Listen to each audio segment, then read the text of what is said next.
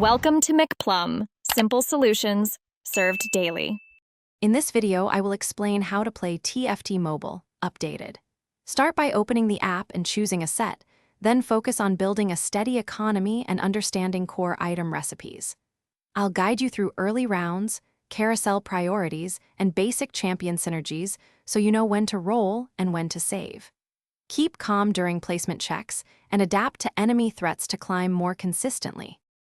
Warm up by focusing on gold and interest milestones in the first few rounds to stabilize your game plan and avoid panic rolls.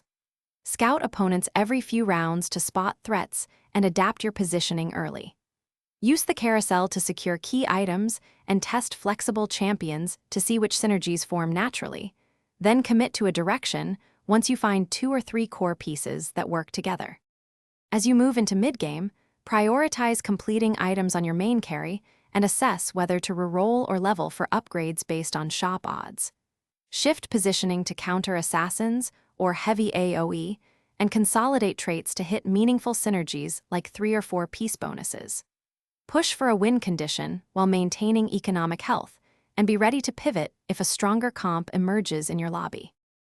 Thanks for watching. Stay juicy and subscribe.